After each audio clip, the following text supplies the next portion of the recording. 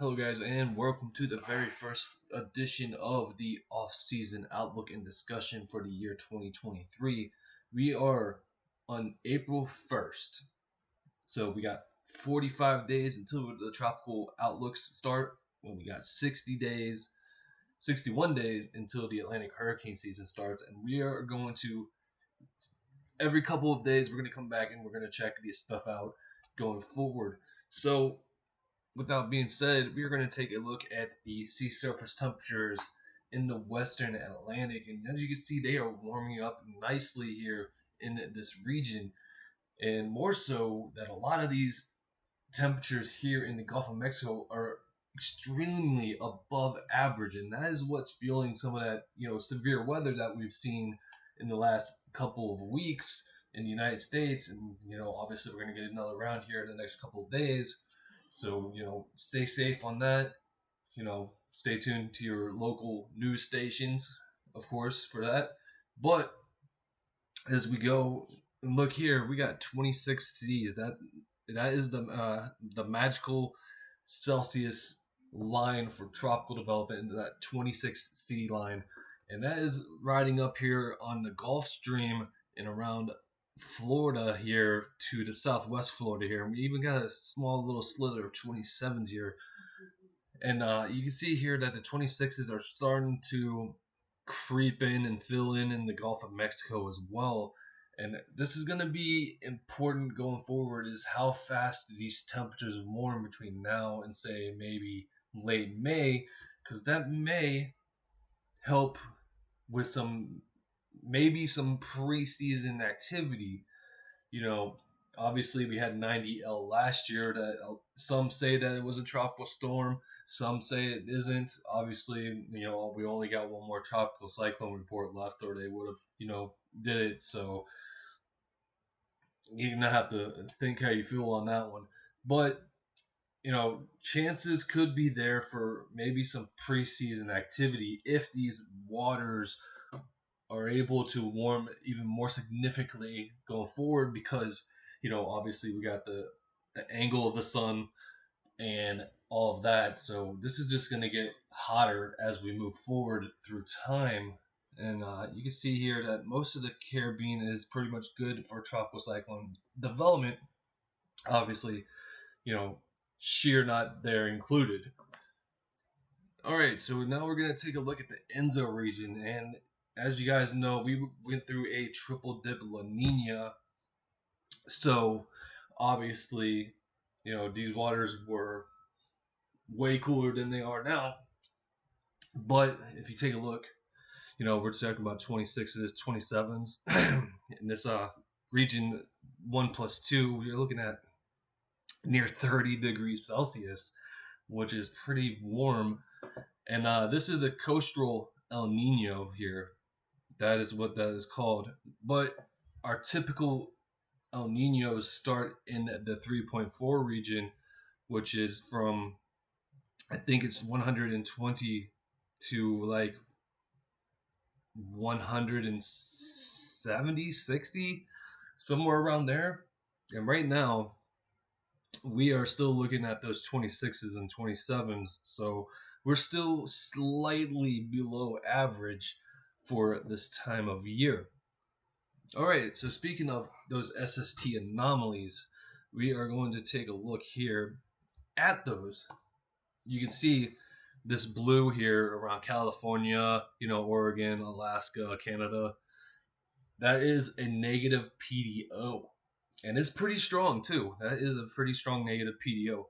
And I think this is what's, slowing the 3.4 region from really taking in those really warm sea subsurface temperatures of the waters. And as you can see here, we're pretty much at neutral to slightly below average here in the Nino 3.4 region. So that's going to have to take some time to really warm up again to really tap into that El Nino that is expected to develop later this year. And as you can see, coastal El Nino, that's really bleeding through. But then like I said, we're gonna take a look here at the Western Atlantic. And like I said, extremely above average here in the Gulf of Mexico here. So that's going to be something to really pay attention to going forward through the season. So let's take a look at the tropical Atlantic. And as you can see, this is hella above normal average here. Even the Canary Current is pretty warm here. Now, if we didn't have an El Nino developing, this could be keys to an extremely busy season. But thankfully we got that El Nino that is forecasted to develop, and obviously, if these warm SSTs stick, that could offset some of the El Nino effects. Though it's not saying that these super hot SSTs can't do anything, because they clearly can, but obviously that's going to be capped because of El Nino development. So we're going to have to see if this classic plus AMO sticks with us through most of the season, because that's also going to be a very important part of what happens during the season. All right, so here is the Nino 3.4 region, and like I said, it's still slightly below average here. And as you can see from here, from March 16th, it's really taken a little bit of a dip here, and I think that's because there was some slight trade winds there that caused these waters to upwell to the surface here.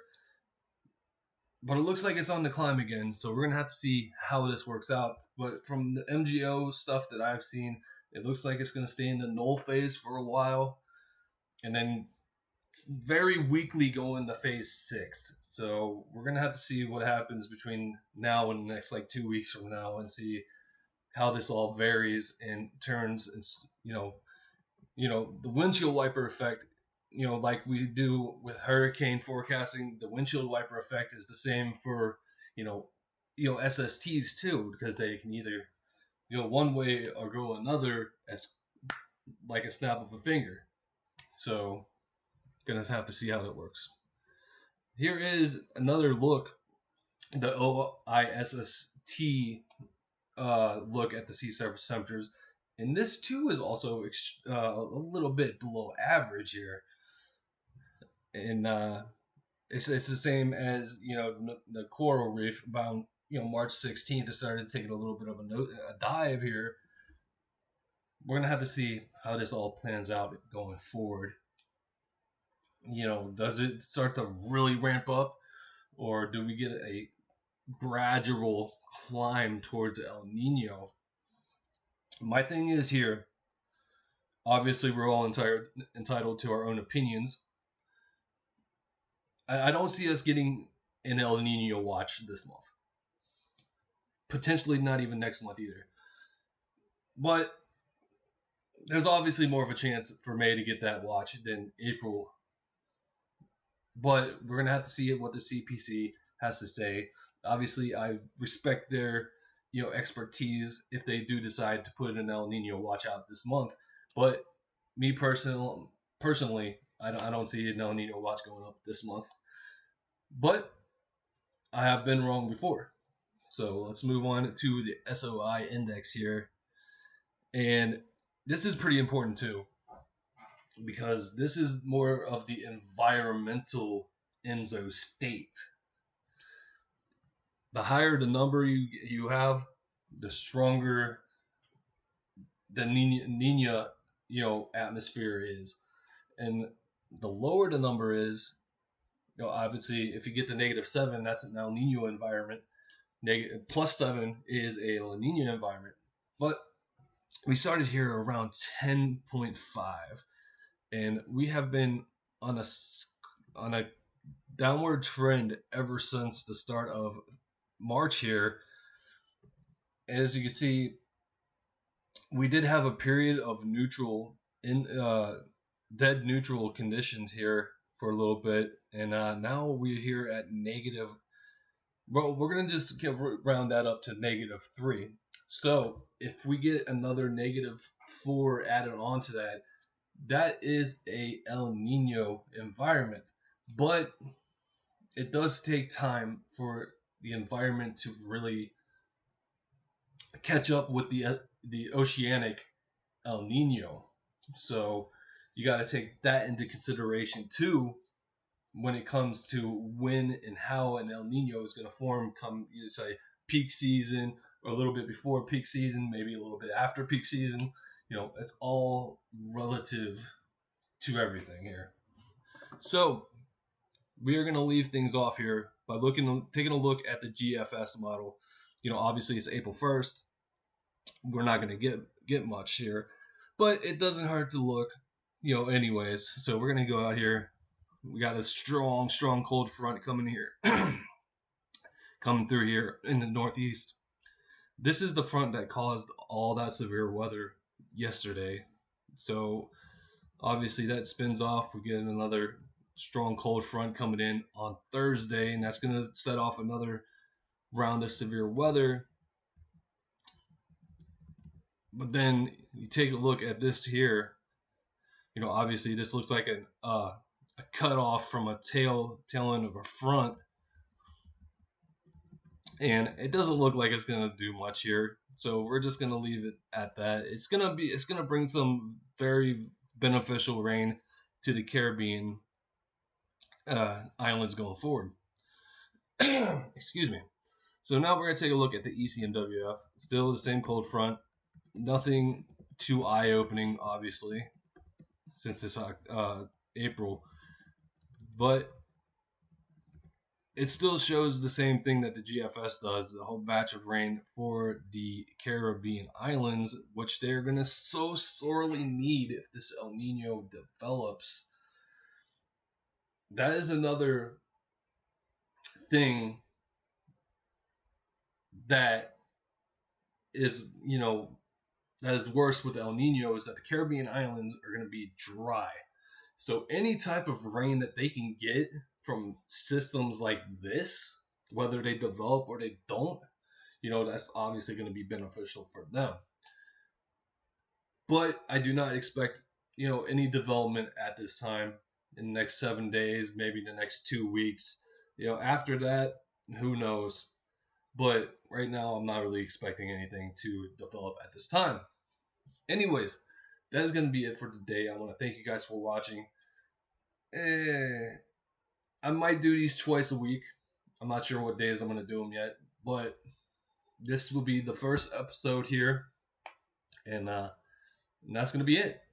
Anyway, I want to thank you guys for watching, and I'll see you guys on the next one.